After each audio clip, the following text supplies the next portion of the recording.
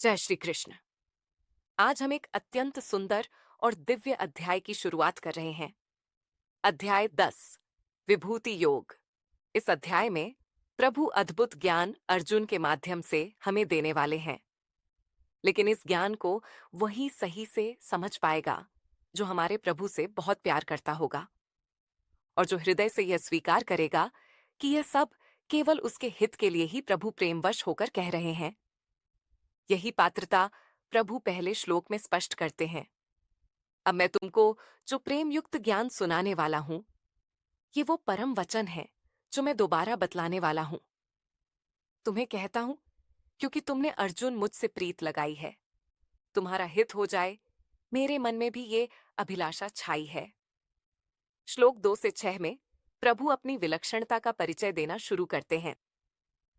सब देवता और महर्षियों का उद्गम अर्जुन मुझ में है, इसलिए मुझे जानने वाला कोई नहीं इस जग में है। जो कुछ भी इस जग में है वो मुझसे ही आता है, अतः किसी साधन से मुझको नहीं जाना जाता है। साधक को चाहिए कि विनम्र और दीन हो जाए, अपने सब साधनों के अहंकार से क्षीण हो जाए। जो मुझे अजन्मा और अनादि मान लेता है, मुझे संपूर्ण लोकों का महेश्वर जान लेता है। बस उसी ने समझो अपनी मूर्ता मिटाई है। अपने सभी पापों से अर्जुन मुक्ति पाई है। केवल जीव और पदार्थ ही नहीं मुझसे आए हैं, जीवों ने कई प्रकार के भाव भी मुझसे पाए हैं।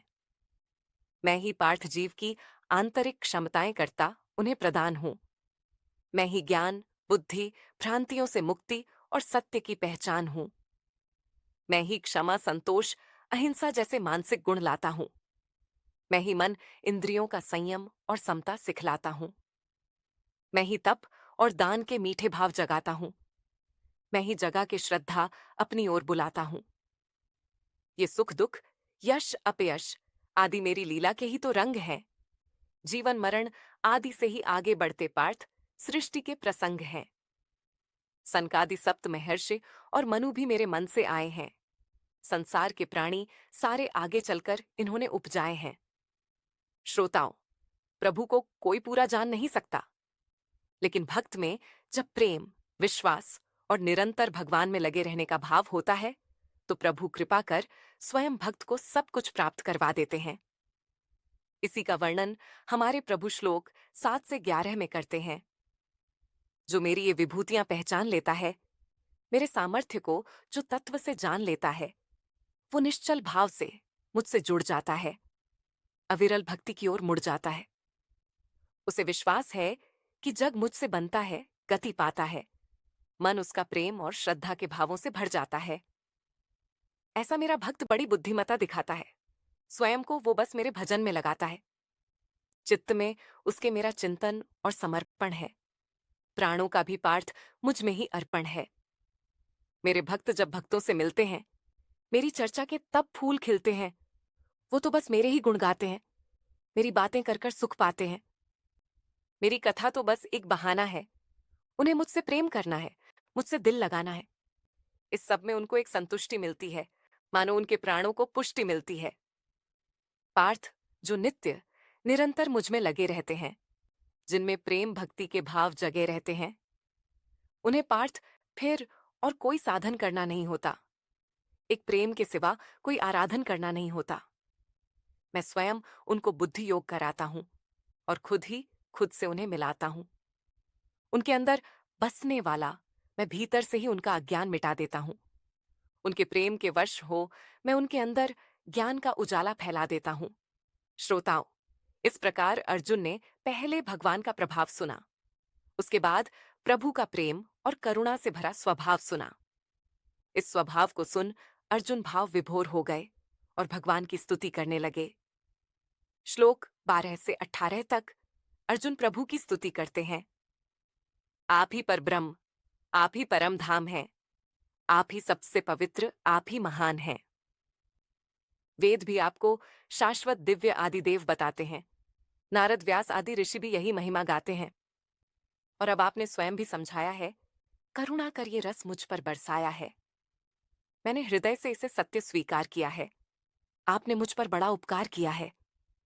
प्रभु आपको कोई नहीं जान सकता है, देव दानव कोई नहीं पहचान सकता है। भूत भावन आपने ही सबको बनाया है। जगतपति बन पालन का फर्ज निभाया है। सब जीवों के बस आप ही एक भगवान हो। सब देवों के देव आप ही सबसे महान हो। प्रभु, आप ही बस अपने को जानते हो, अपनी विभूति और योग पहचानते हो। सो आप ही केवल अपनी सब विभूतियां बता सकते हो। केशव, केवल आप ही संपूर्णता से मुझे सुना सकते हो। आपके निरंतर चिंतन से आपको जानने की विधि मुझे सिखला दो। किन किन भावों में आपका चिंतन हो सकता है केशव, ये बतला दो। प्रभु, आपके मधुर वचन मुझे भाते हैं। मुझ में एक मीठा अमृत घोल जाते हैं। मैं जितना सुनता हूं उतनी प्यास बढ़ती जाती है, और भी सुनने की जैसे मेरी आस जगती जाती है। प्रभु, आप मुझे अपनी सब विभूतियां सुना दो। केशव, कृपा कर मुझे सब विस्तार से बता दो। श्रोताओ, हमारे प्रभु ने कहा था कि जो निरंतर प्रीतिपूर्वक मेरा भजन चिंतन करता है, उसे बुद्धि योग में देता हूं और अपनी प्राप्ति करवाता हूं। इसीलिए अर्जुन चाहते हैं कि प्रभु उन्हें और भी विभूतियां बताएं, जिनके माध्यम से वे प्रभु का चिंतन करें। इसीलिए उन्होंने प्रभु से अपनी सब विभूतियां कहने की प्रार्थना करी। श्लोक 19 से 39 तक हमारे प्रभु इसका उत्तर देते हैं। मैं अपनी कुछ विभूतियां बताता हूं, लेकिन थोड़े संक्षेप में सुनाता हूं, क्योंकि विभूतियों का मेरी न कोई अंत है। प्यारे, पूरा कैसे बताएं जब ये अनंत है। अर्जुन, सबका आदि मध्य अंत मैं हूं। सबके भीतर आत्मा रूपी अंश मैं हूं। सब देवताओं में मुझे विष्णु पहचानो। प्रकाशवाणों में सूर्य तुम मुझे जानो। मरुद गणों में मारीची मानो। नक्षत्रों में चंद्रमा तुम जानो। वेदों की वो ऋचाएं जो गाई जाती हैं, सामवेद में लयबद्ध कर सुनाई जाती हैं। देवताओं में इंद्र मुझे जानो। इंद्रियों में मन पहचानो। प्राणियों की चेतना मुझसे आती है। पार्थ, जो सबको जीवंत बनाती है। रुद्रों में शंकर मेरा ही स्वरूप कहलाते हैं। यक्ष राक्षसों में कुबेर शक्ति मुझसे पाते हैं। अग्नि ने मुझसे पवित्र करने की क्षमता पाई है। सुमेरु पर्वत में भी मानो मेरी भव्यता समाई है। पुरोहितों में बृहस्पति मुझे मानो। सेनापतियों में कार्तिकेय मुझे जानो। जलाशयों में समुद्र में कहलाता हूं। जग को संयम का पाठ मैं पढ़ाता हूं। ऋषियों में मैं भृगु हो जाता हूं। अक्षरों में मैं ओंकार कहलाता हूं। सभी यज्ञों में जप यज्ञ तो मेरा स्वरूप है। अचल रहने वालों में हिमालय मेरा रूप है। वृक्षों में पीपल बन आता हूं। देव ऋषियों में नारद कहलाता हूं। गंधर्वों में चित्ररथ हो जाता हूं। मैं ही कपिल मुनि बनाता हूं। घोड़ों में उच्चैश्रवा, हाथियों में ऐरावत मानो। मनुष्यों में राजा को तुम मेरी ही विभूति जानो। हथियारों में वज्र मुझे जान लो। गायों में कामधेनु पहचान लो। संतान उत्पत्ति के कारकों में कंदर्प हूं। सभी सर्पों में वासुकी नामक सर्प हूं। नागों में शेष नाग कहलाता हूं। जलचरों में मैं वरुण हो जाता हूं। पितरों में अर्यमा नाम का पितर मुझे जान लो। नियम निभाने वालों में यमराज मुझे मान लो। राक्षसों में भक्त प्रहलाद तुम्हें मेरा दर्शन कराएंगे। गणना करने वालों में काल मेरी याद दिलाएंगे। पशुओं में सिंह मुझे तुम जानो। पक्षियों में गरुड़ मुझे पहचानो। वायु हूं मैं पवित्र करने वालों में। राम हूं मैं शस्त्र धरने वालों में। जल के जंतुओं में मुझे मगर जानो। नदियों में मुझे गंगा तुम पहचानो। मैं ही छिपा सृष्टियों के आदि मध्य अंत में। ब्रह्म विद्या मुझे मान लो, विद्याओं अनंत में। मैं वो वाद हूं जो बिना पक्षपात किया जाता है, जिससे परम सत्य का निर्णय लिया जाता है। हर व्यंजन में जो आकार की ध्वनि आती है, वो भी तो अर्जुन देखो मेरी याद दिलाती है। समासों में द्वंद्व समास हूं जो संतुलन लाता है। वही दिन रात, सुख दुख आदि शब्द बनाता है। मैं ही तो अर्जुन अक्षयकाल महान हूं। मैं ही सब और मुख वाला भगवान हूं। मैं ही सबको पैदा करता हूं। मैं ही सबका पेट भरता हूं। मैं ही सब हरने वाली मृत्यु बनाता हूं। मैं ही दोबारा सबको उत्पन्न कराता हूं। स्त्रियों के श्रेष्ठ गुण जो अर्जुन उनकी पहचान है, श्री वाग स्मृति मेधा धृति क्षमा आदि जो महान है। अर्जुन, ये सब गुण मुझसे ही तो आते हैं।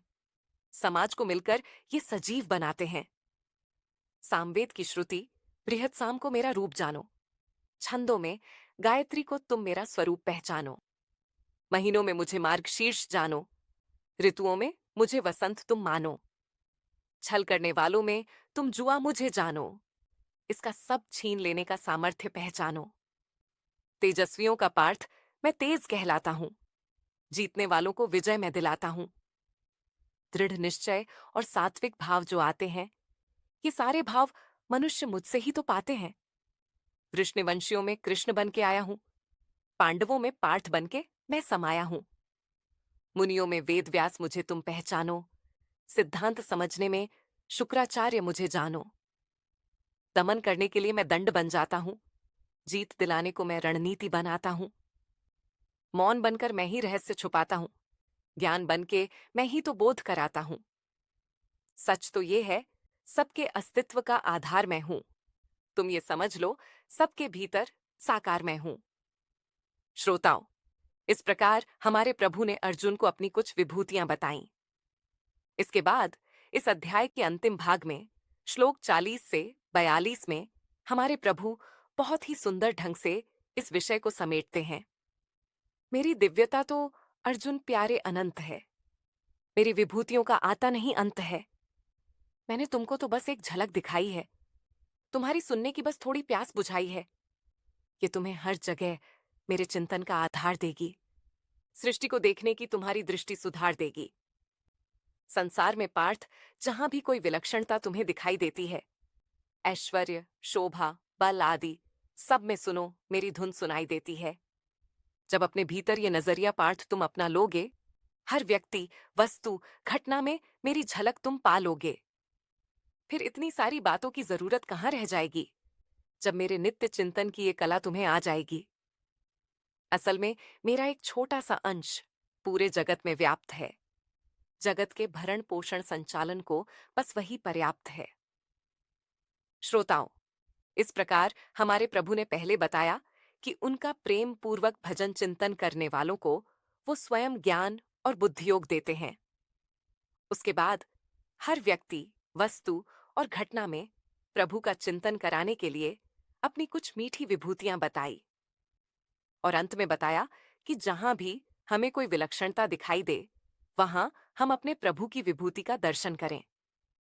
जब हमें ये कला आ जाएगी, तब हम अपने प्रभु का निरंतर प्रेमपूर्ण भजन कर पाएंगे। तब फिर हमें कुछ भी पाने के लिए इसके सिवा कोई और साधन नहीं करना पड़ेगा। यही इस अध्याय का सार है। फिर मिलेंगे गीता जी के एक और अध्याय के साथ। तब तक के लिए जय श्री कृष्ण।